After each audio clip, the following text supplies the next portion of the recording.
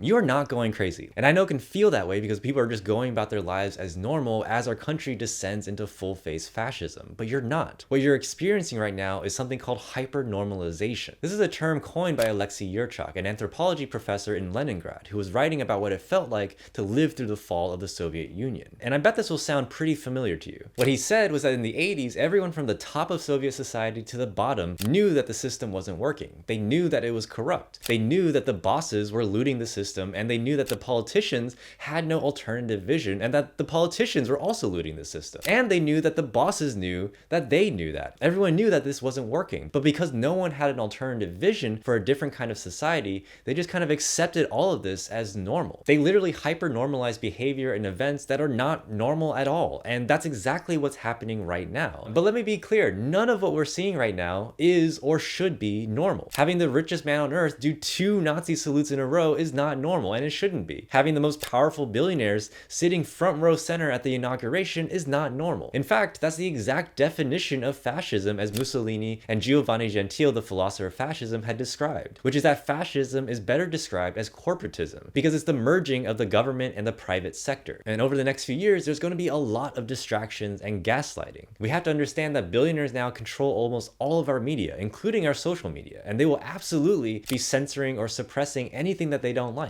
That's literally them trying to control our perception of reality by controlling the information that we get to receive. And all of that is to make us feel more alone, to make us feel like we're losing our mind, and critically, to make us feel more afraid. Because when people feel that way, they're much more likely to support authoritarian leadership, or at least do nothing to stop it. And that's the thing about fascism. It's not always a sudden burst of violence, even though it can be. More often, it's a constant crushing push into complacency. Their goal is to flood us and overstimulate us and keep us on edge at all times, reacting to one horrible thing or another. And meanwhile, they're passing all the legislation that we should be organizing to stop. The only way that we can combat this is by coming together as a community in ways that we've never done before. The institutions around us will start to break down as this country is looted by the billionaires, and we will need to keep each other safe. We're gonna have to constantly remind each other of what is the truth. And critically, we have to help each other imagine what a new system could look like. More specifically, that involves getting to know your neighbors, starting to grow your own food, participating in mutual aid networks. Only through community and building systems away from the state can we start to imagine what an alternative could look like. And that's super important to all of this, because if we want to build a better world, we not only have to know what we're destroying, but also what we're going to build instead. It's up to all of us to contribute to that collective conversation. If you want to learn more about building community and how to resist fascist takeovers, then check out theconsciouscitizens.org, which is an online community where we're sharing education and resources for collective liberation. You can sign up for free at theconsciouscitizens.org or through the link in my bio. And if you've been enjoying these videos, it's also a great way to support our work for as little as $2 a month.